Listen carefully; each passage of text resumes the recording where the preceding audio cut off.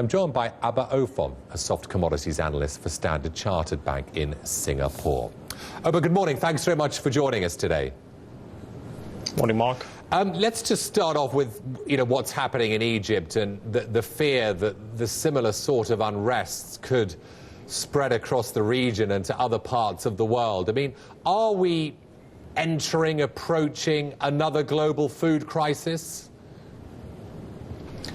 I think we've definitely seen a significant increase in food prices, particularly grains. We've seen corn, wheat, and to some respect, rice prices rally significantly. I think there's a number of reasons why prices have risen to the levels they're at now. Supply shocks that have hit the headlines, policy responses in a number of countries, and of course what we've been talking about for a number of years now, which is that structurally there's an increase in demand, and that is contributing to boosting food prices.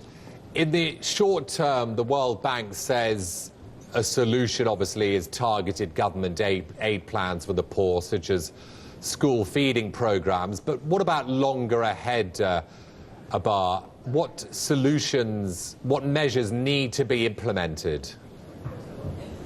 I think one of the things that is not talked about as much as I would like is what's happened over the last 2 years, which is that there's actually been a contraction in plantings because of significant surpluses in some of the exporting countries. So as we sort of move forward to the next season, I'm hoping to see an increase in plantings.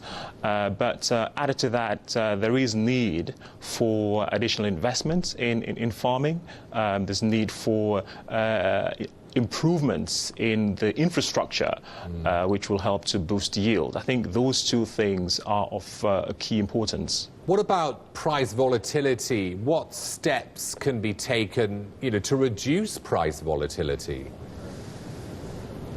I think there's just the need to improve information globally across markets, particularly in regions such as Africa, where the lack of information restricts the amount of supply that farmers can actually bring on stream.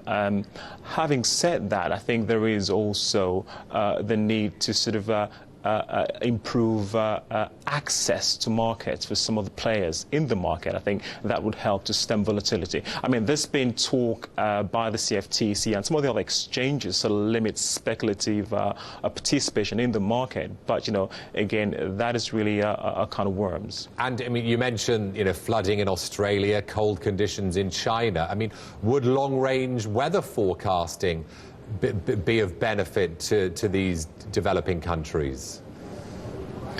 It would definitely be, but really, I'd say, Mark, talking about the weather, it is really touch and go. The weather is quite uncertain. What we know is that there is likely to be increased volatility as far as the weather is concerned, and that is going to have an impact on output going forward. So anything that could sort of limit the damage or the potential damage that the weather can cause would be welcome. Abah, thanks for joining us today. Abah Ofon, their soft commodities analyst at Standard Chartered Bank in Singapore.